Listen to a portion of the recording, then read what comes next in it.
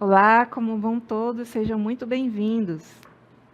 Eu sou a professora Cristiane Oliveira, a sua professora de Biologia, e vamos conhecer a nossa aula de hoje. Aula de número 8, Objetos de Conhecimento, Saúde e Vulnerabilidade das Juventudes, Detalhamento, Puberdade e Adolescência e Sistemas Genitais. Então, vamos começar?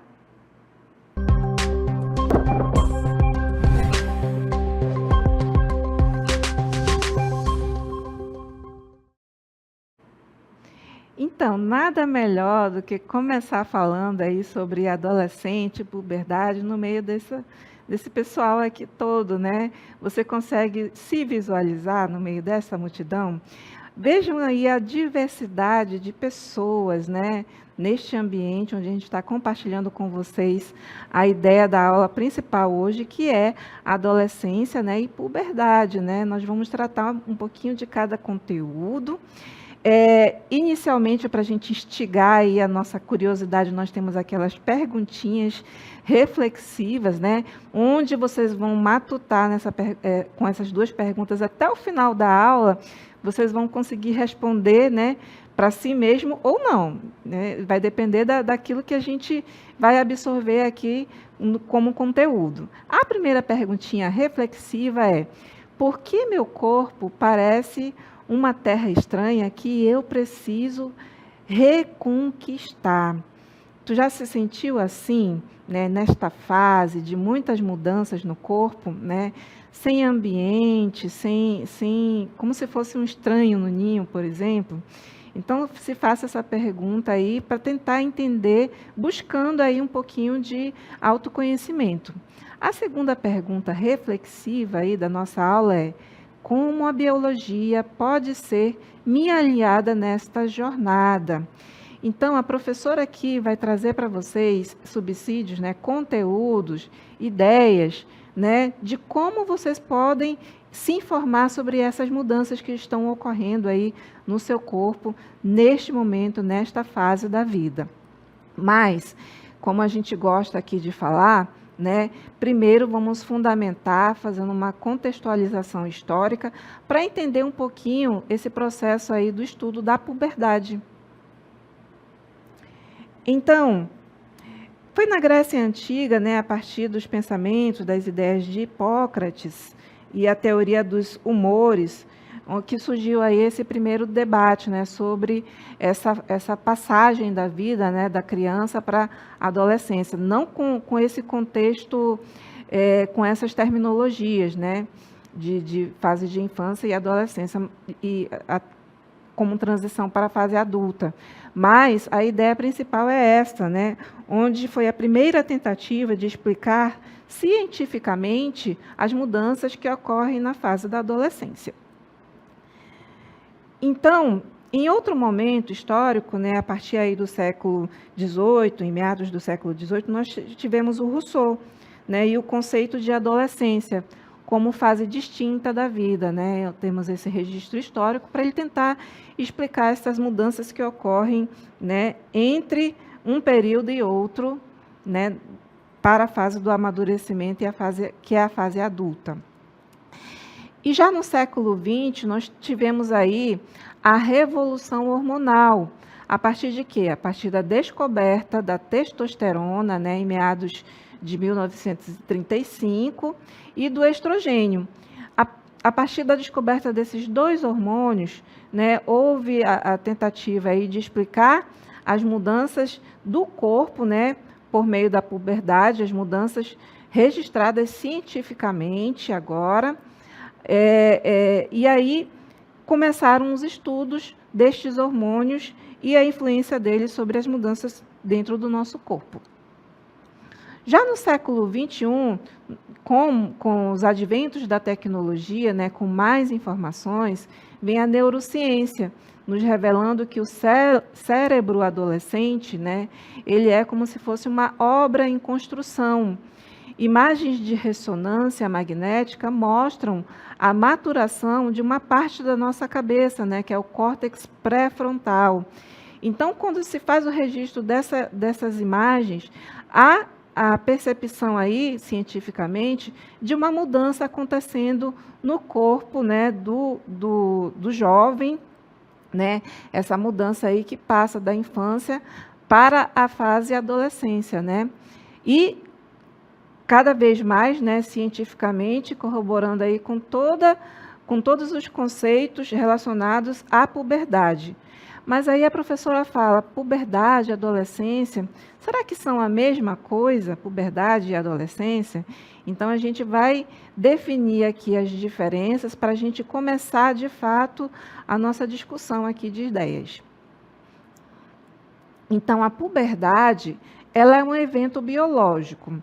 Tecnicamente falando, é o estudo da fisiologia, né, para explicar, há um estudo da fisiologia para explicar essas mudanças que ocorrem no corpo da criança, né, enquanto ocorrem essas transformações, há a explicação aí do funcionamento de partes do corpo, né, e também da formação de hormônios que vão atuar na mudança do corpo do indivíduo, né, tanto do sexo masculino quanto do sexo feminino. Então, essa é a puberdade. Né? Vamos ter mais ou menos aqui um esquema anatômico para mostrar para vocês as diferenças básicas entre a anatomia masculina e feminina que ocorre aí durante esse período.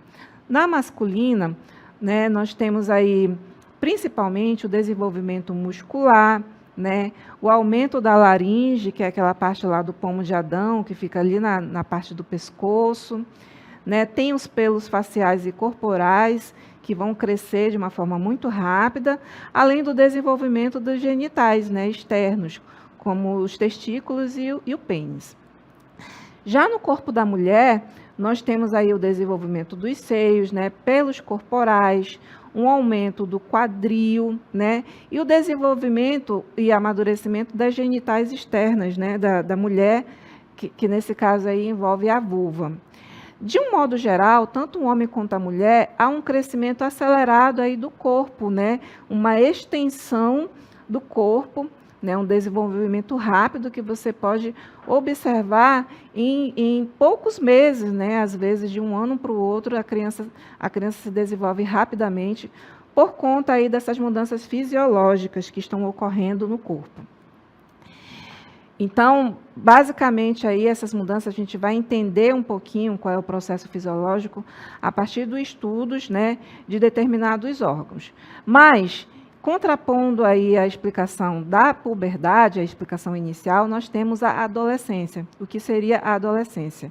Então, a adolescência ela é um processo psicossocial, onde há, neste momento, né, que está ocorrendo concomitante à mudança do corpo, há também a construção da identidade, né, e o seu papel social, né, o seu papel como pessoa, o seu papel, a formação crítica da pessoa como cidadão, né, ela vai se ver como cidadão, é aquele momento ali que ela vai entender, né, de onde ela é, para onde ela vai, como ela vai, né? E às vezes ela tem essa dificuldade de entender o processo de formação, de amadurecimento, porque isso faz parte realmente dessa fase, né? Dessa mudança que nós chamamos de puberdade e que vai atuar aí no comportamento psicossocial. Essa aí é a adolescência.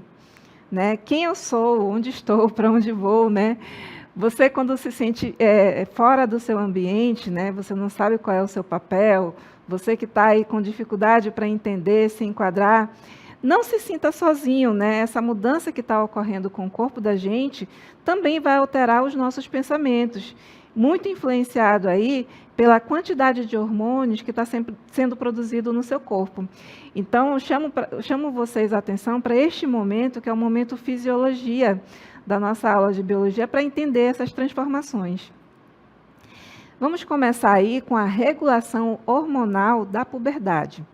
Então, nós chamamos aqui de eixo hipotálamo, hipófise e gônadas, né, que a gente vai reduzir chamando de eixo HPG. Tudo começa com o hipotálamo. O hipotálamo, ele é um neuroregulador supremo, quer dizer que ele é o início de tudo, né? O hipotálamo, ele está localizado na região do diencéfalo, no sistema nervoso central, né, ali na cabeça. Sua função, né, função específica, é atuar como um sensor integrador, onde ele vai detectar sinais do organismo, né, como nutrição, estresse e, crucialmente, o time biológico. É justamente esse time biológico aí, né, que ele vai detectar, que vai começar, né, vai dar o start para as mudanças do corpo na fase da puberdade. E quando chega o momento adequado, ele vai secretar o hormônio liberador de gonadotrofina, que a gente vai chamar de GnRH, tá bom? Para reduzir aí o nosso vocabulário, vamos chamar pela sigla. Então, onde está localizado o hipotálamo? Né? O hipotálamo, como falei para vocês, aí na região da cabeça, né? No sistema nervoso central, né? Como vocês podem estar vendo em destaque na nossa imagem didática. Então, o GnRH, né? O hormônio que vai ser produzido aí, né? No hipotálamo, ele é liberado de forma pulsátil, né? Ou seja, em pequenos pulsos rítmicos, e ele vai ser liberado na circulação portal hipofisária, que o leva diretamente à adenohipófise, ou como a gente vai chamar aqui no nosso esquema, simplesmente de hipófise, tá bom? Para a gente acelerar aí o nosso entendimento, porque tem muitas palavras novas no nosso vocabulário, né? Para a gente tentar entender o funcionamento do nosso corpo. Então, quando ele libera esse hormônio GnRH, né, ele vai liberar e ele vai ser levado para um determinado local.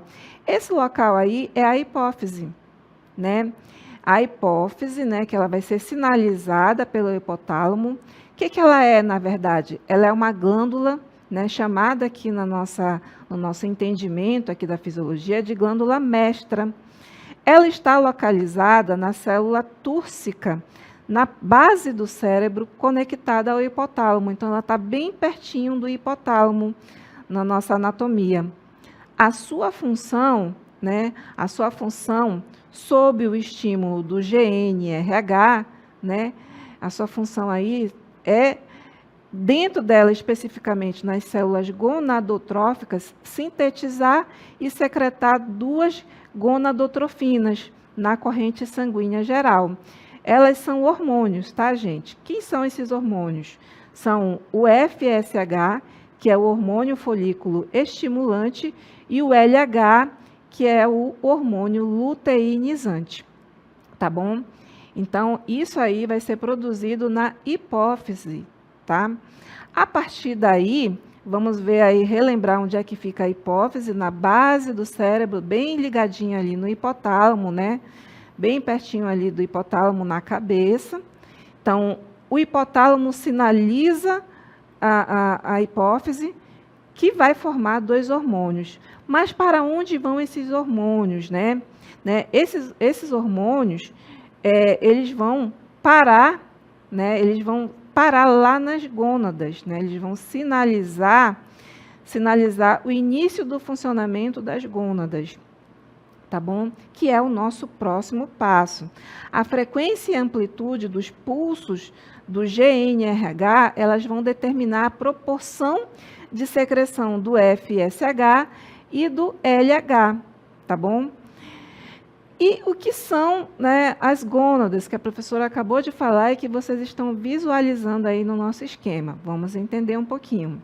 As gônadas, elas são os órgãos alvos, né, e produtores de hormônios sexuais.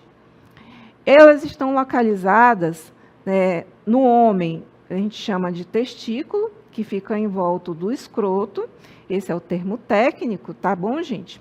E nós temos aí, na mulher, os ovários, que fica localizada na cavidade pélvica, né, da anatomia feminina. Então, esses órgãos-alvos são nada mais, nada menos que os órgãos que vão ser responsáveis por exemplo, pela reprodução da espécie masculina e feminina.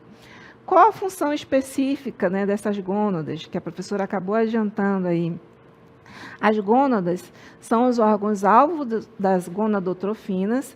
Elas possuem receptores para aqueles hormônios, né, que foram produzidos na hipófise, né, que é o FSH e o LH, que desencadeiam a espermatogênese e a ovogênese. No homem, a espermatogênese é responsável pela formação dos espermatozoides, né? Por isso o nome espermatogênese. Gênese é início, né? Significa início da formação do espermatozoide. Já na mulher, é a ovogênese, né? Que é o início da maturação, na verdade, dos ovócitos, né? Que vão ser preparados aí para o período reprodutivo da mulher, né? E o mais importante, esses hormônios eles serão responsáveis pelas mudanças puberais, né? Pela síntese e secreção de hormônios esteroides sexuais, né? Nos testículos, nós temos aí especificamente as células de Leydig, que vão produzir a testosterona em resposta ao LH. Já na mulher, né, nos ovários, especificamente nas células da teca e do folículo, vai ocorrer a produção do estrogênio, principalmente o estradiol, em resposta ao FSH e o LH. Né? Os hormônios são as progesterona, principalmente produzida aí na parte dos ovários, onde nós chamamos de corpo lúteo, após a ovulação. Então, aí que vocês tiveram a oportunidade de conhecer, foram as 3 partes do corpo humano que vão ser responsáveis, né, em resumo, pelas mudanças do corpo na fase da puberdade, para situar vocês aí sobre essa explicação, né, longa, com esse vocabulário tão rico aí para conhecer um pouquinho do nosso corpo. Lembrando que a gente finalizou nas gônadas, né, masculina e feminina, só para relembrar vocês. A masculina são os testículos, né, e as gônadas femininas são os ovários. Os hormônios produzidos nessas gônadas, né, que são chamados de esteroides, testosterona e estrogênio, por exemplo, são os efetores diretos das transformações puberais.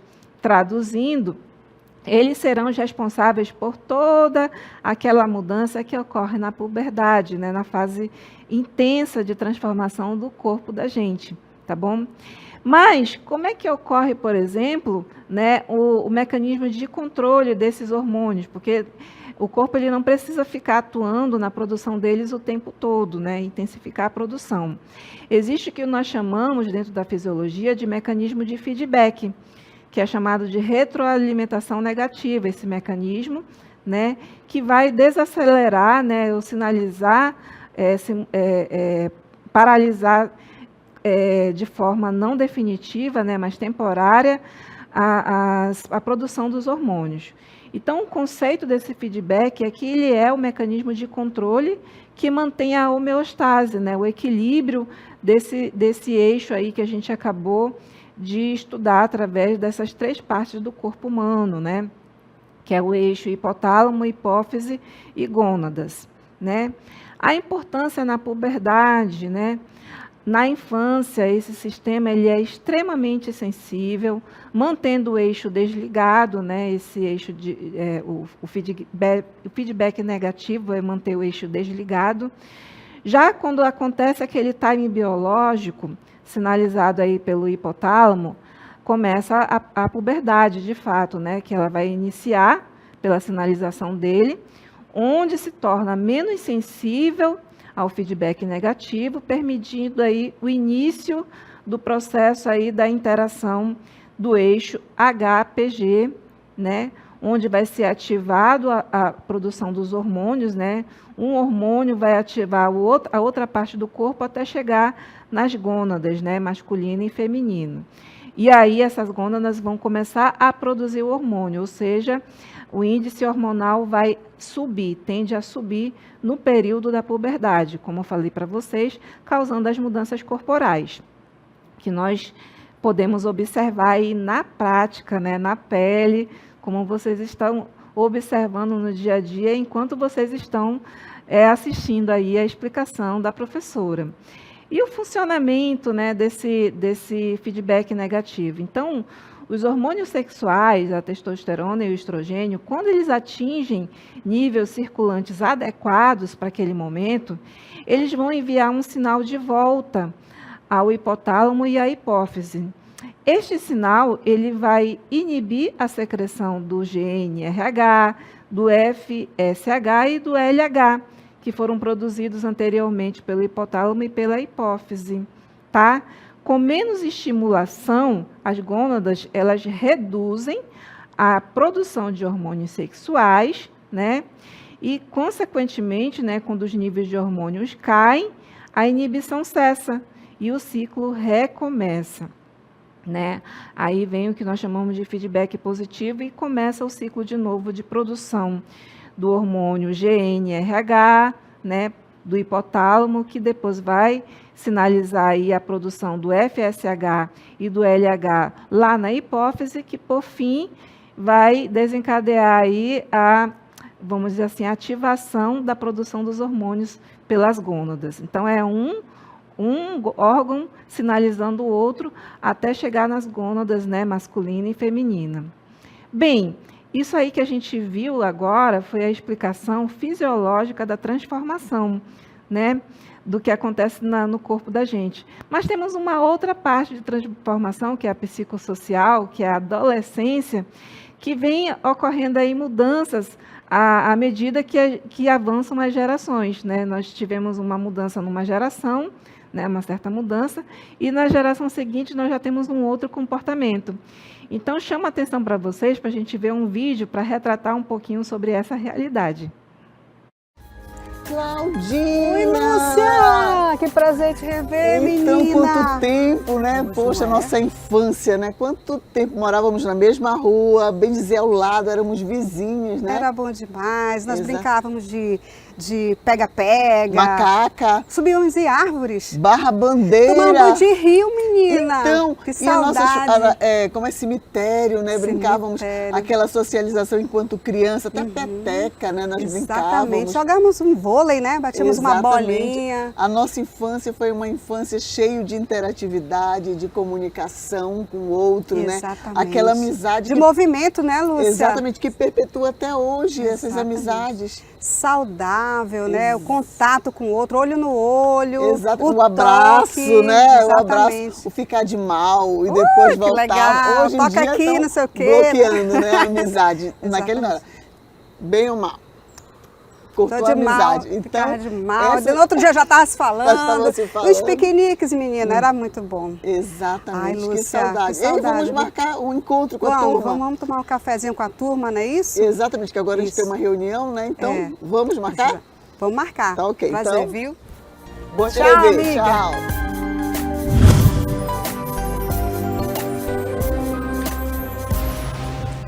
Cara, como tu acha que as redes sociais afetam tua percepção de si mesmo? Cara, eu acho que por muito tempo me afetou muito, porque eu tentava melhorar a minha imagem e buscava na internet como que eu poderia fazer isso. Só que eu só via as melhores versões das pessoas que queriam mostrar isso. E quando eu fui perceber isso já era tarde demais. Isso é verdade. Hoje em dia há muito uma versão idealizada das coisas. O homem ideal, a mulher ideal, o filho ideal. E isso não é nada saudável, porque apesar das pessoas quererem melhorar, não existe um parâmetro justo na internet. Se nós falarmos biologicamente, o ser humano ele é o mesmo porque ele continua com as suas características genéticas e morfológicas. Agora, se nós formos levar por uma questão das mudanças sociais e tecnológicas, não. Uma pessoa que viveu há 100 anos atrás, ela tinha uma outra característica comparada com as pessoas de hoje. Por exemplo, quando você queria se comunicar com alguém, você escrevia uma carta e ficava na expectativa da espera da resposta dessa carta, ou você tinha que esperar um momento para encontrar a pessoa com qual você queria conversar para poder ter esse diálogo. Hoje não, a gente tem a tecnologia, a gente manda uma mensagem, rapidamente desperta aí a ansiedade para ter o retorno. E isso faz com que a vida da gente seja mais acelerada, porque a gente tem acesso mais rápido a todas as informações. Uma outra questão também que é muito importante é a questão de como as mídias hoje definem um corpo, um personagem, um comportamento das pessoas. Principalmente os adolescentes de hoje, eles querem se parecer muito com o que é visto na mídia. Então tem muito essa preocupação de ir muito cedo para a academia, para ficar com um corpo bem moldado, ou fazer dietas para que esse corpo seja o ideal. Então isso também é uma mudança que a gente percebe de forma bastante significativa. Conhecer sua biologia é ter ferramentas para navegar nesse novo mundo. Até outro momento, jovens! Então, qual é a reflexão que a gente traz aí, vendo esse VT, né, maravilhoso, né, que nós chamamos de diálogo de gerações?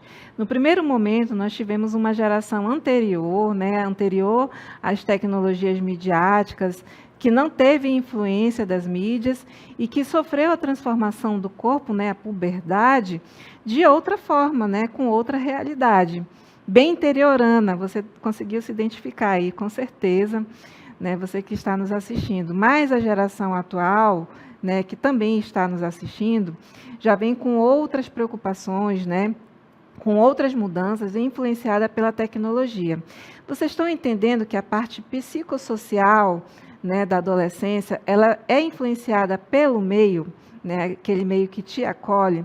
Então, houve uma mudança de uma geração para outra.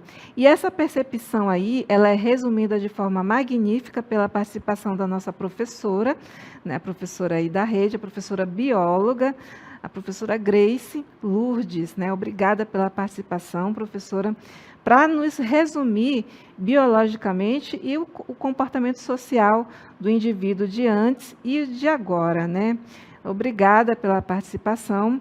Mas a puberdade, às vezes, ela surge de forma tardia ou de forma precoce. Então, a gente vai retratar aqui alguns exemplos, né, dessa questão da puberdade precoce, a puberdade tardia. Houve um caso real, né, de uma atleta olímpica, né, que se beneficiou com o desenvolvimento tardio do seu corpo, né, onde ela pôde participar de provas de forma mais prolongada, já que o corpo dela ainda estava em processo de desenvolvimento. E ela se beneficiou porque, com o corpo em desenvolvimento, né, ainda jovem, ela conseguiu ter o mesmo desempenho que os outros de idades mais avançadas, aliás, de mais jovens. E também nós temos aí uma influenciadora digital que fala sobre a puberdade precoce. Na verdade, tem muitos influenciadores que falam sobre puberdade precoce, quer dizer que veio antes do tempo, e aí as mudanças vieram ainda naquele momento que você estava curtindo a infância, tá? Mas temos também uma ajuda muito grande das tecnologias de hoje, que são determinados aplicativos que nos ajudam aí a controlar essas mudanças que ocorrem no corpo, principalmente no que diz respeito aí à mulher, né? Esse app, aliás, são vários apps de ciclo menstrual que são utilizados como ferramenta de autoconhecimento para registrar justamente as mudanças que ocorrem dentro do processo de ovulação, né, que começa a partir do período da puberdade. O que o ciclo revela sobre a saúde de uma forma geral. Mas temos também um ponto de atenção quando a gente fala sobre a puberdade, né, e a adolescência, que é a andropausa juvenil. Né, é uma discussão sobre a queda de testosterona em jovens por hábitos modernos, né, causando aí, por exemplo, o sedentarismo e a má alimentação. O que seriam esses hábitos modernos? Né, é você deixar de praticar determinados esportes, né, de você ficar muito tempo na frente de tela, de você se alimentar mal.